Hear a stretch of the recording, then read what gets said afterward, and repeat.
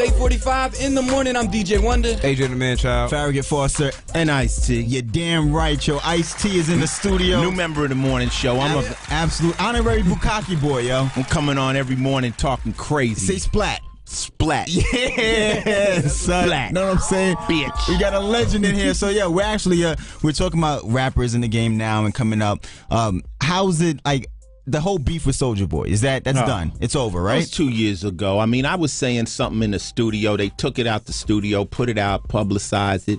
Little homie went in on me. I don't even say his name no more because. Well, here's why. Here's why I asked, to bring it back up. Yeah. You starred in the classic film New Jack City. Oh, yes. The rapper that will go unmentioned plans on putting out a remake of Juice. I put Juice. What? New Jack City. Whoa. Back up.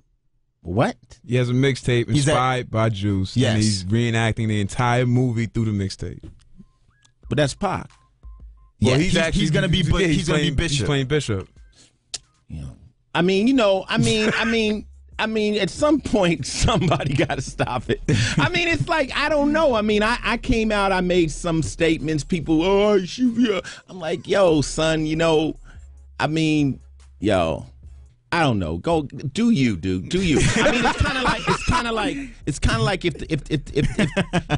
the masses accept it, it just shows you the state we're in. Right. Okay.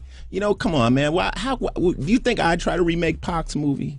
Even though I'm from the school. Right. Come on, son. All right. As Ed Lover says, come on, son. No doubt.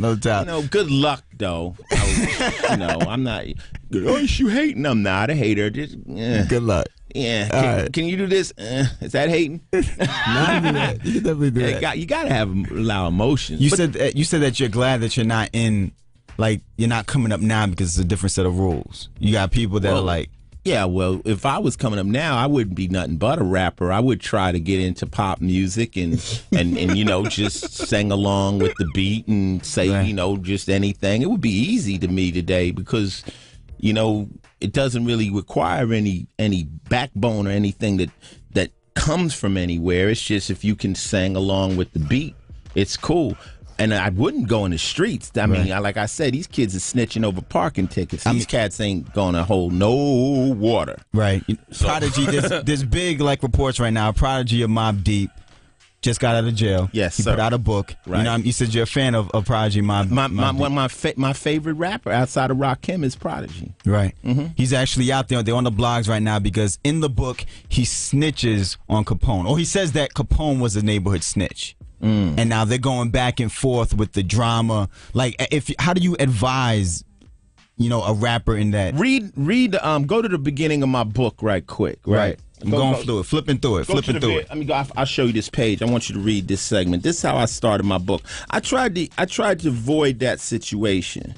Read this right here. Yeah. What I said right. We're looking at it right now. It's the author's note from Ice-T. It says, people have to learn how to tell stories without implicating those who may not want their stories told. Some names and situations have been changed to protect those involved.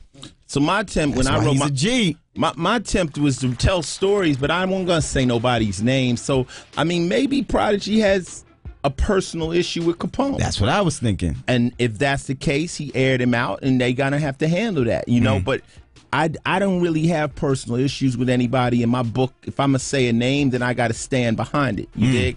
But, if that's how he feels, then I'm sure they're going to handle that, accordingly. Right. But, I didn't want to say, a lot of times I'm telling stories about, illegal stuff, and I just change the name. Or if I'm telling a story about something happened in New York, it could have happened in Philly. I can move the place and tell you the same story. Right. Because I don't want nobody calling up, yo, Ice, what is, there's a term in the game called dry snitching. Whereas you're giving up a little bit too much information right now that's too real to the truth. I've always had to be aware of that, even in making my music. Right. Well, you've always been, a smart, let's say, individual.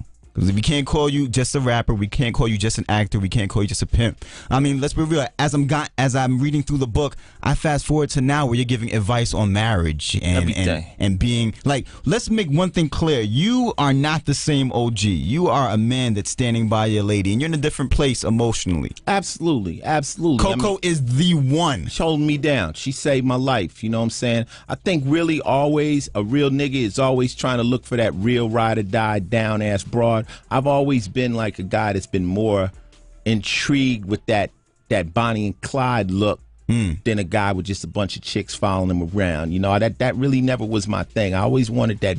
When I grew up, I used to see hustlers jump out of Clinés with girls, and they had that one chick, and she had the mink on, and I knew she had a pistol too. I knew she was just like him. I always had that image in my head. And when I found Coco was like, "Yo, we could do this. Ice, I'm down for whatever. I'm gonna hold you down." But didn't we kind of always thought that you had that as well, though, with your ex, like, quote unquote wife? Well, you know, Darlene, we were never married. That was Ice's mom's, but it was just I wasn't really at the right place in my life to really do that. I was still kind of still excited about my fame.